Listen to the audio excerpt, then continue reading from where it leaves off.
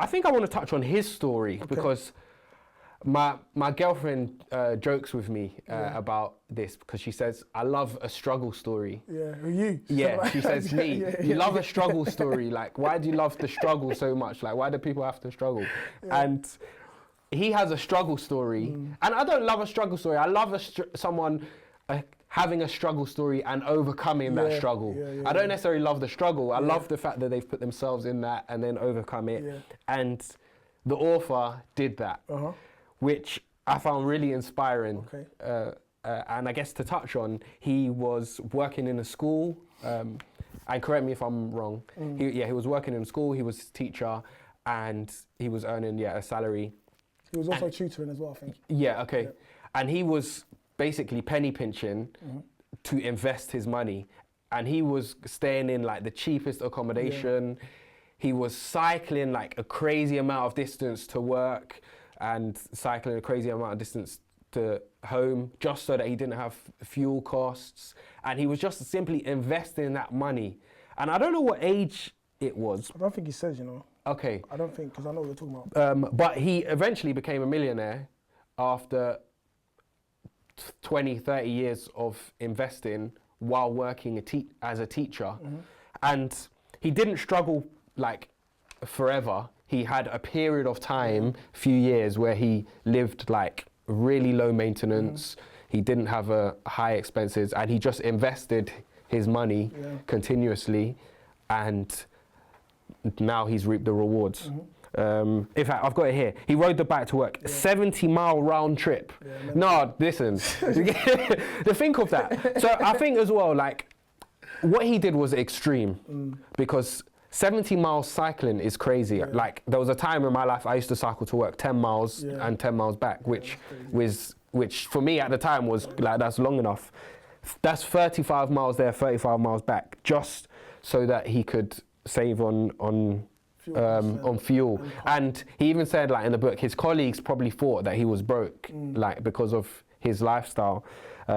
But yeah, I just found that really like... He's obviously, he was extreme because he wanted extreme results at the same time.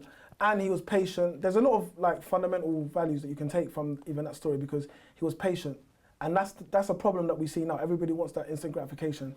Like you said, if you want to, through investing, you can get to that millionaire status if that's what you want to achieve, but it's going to take you 20, 30 years maybe. Do you know what I mean, to get there? Are you patient enough to stick to the plan for 20 or 30 years? You know, or are you going to try and take risky things? You know, if it's too good, if it sounds too good to be true, it normally is. But now the way, because everybody wants it yesterday. You know, obviously with himself, he was like, okay, he had a plan. He worked out what he was trying to do, and he put a strategy in place, and he worked. He said, yeah, I'm going to ride that 70 miles. I'm going to do that. I know he spoke about cars. He had he just broke everything down. And again, extreme, but again, extreme results. Do you know what I mean? So, you know, at the end of the book, it talks about his lifestyle now. Him and his wife, they're digital nomads, I think. You know, and that's what he was working for. So when he was cycling and his legs were burning or whatever he was going through at the time, he knew where he wanted to get to. So you can take, so that's an inspiring story. An inspiring story, real talk. There's a part that I want to touch on, because this is I think what the section is called. Leasing cars could be $1 million decision. Just by leasing a car, you could potentially be losing $1 million. And I loved the way that he broke that section down because of the expenses of leasing a car. He talks about actually everyone should be buying like a second-hand used car. Like, as soon as you buy a car from the showroom, it loses value. And yeah, everyone should be, if you need to drive, buying a second-hand used car and not leasing a car, because those monthly installments that you're paying could in fact be used to be invested, and that investment over a long enough period of time could make you a millionaire. Yeah, it's all like, you know, we're going to talk about it in compound interest, compounding. It's the margins. You know, he's very like, when he's talking about investing and different investment portfolios that you have that we'll get onto, you know, literally the difference of 1%, you know, if you're being charged an annual fee of 1% versus 2%, you know, maybe it's not a big deal, but over a 20-year period, that extra percentage can cost you, like, it makes it, and again, it compounds. Yeah. Do you see what I mean? So So that's what he's very looking at the margins, and obviously he's a numbers guy. Yeah. So he's looking at it very stringently.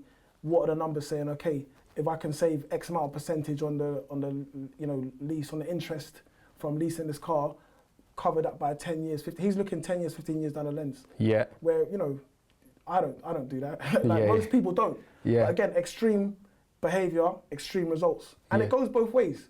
Because if you're on the other side of the coin, where you're just frivolous with your cash and you're not paying no extent, you're very living a very exuberant lifestyle, spending money here, spending money there, extreme in that sense.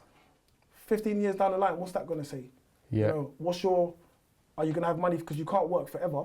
Yeah. You can't. So what are you going to have 15 years? So are you living your best life now? What's it going to be in 15 years, 20 years, depending on your age, obviously. Do you know what I mean? So this is the kind of mindset, these are the questions we need to ask.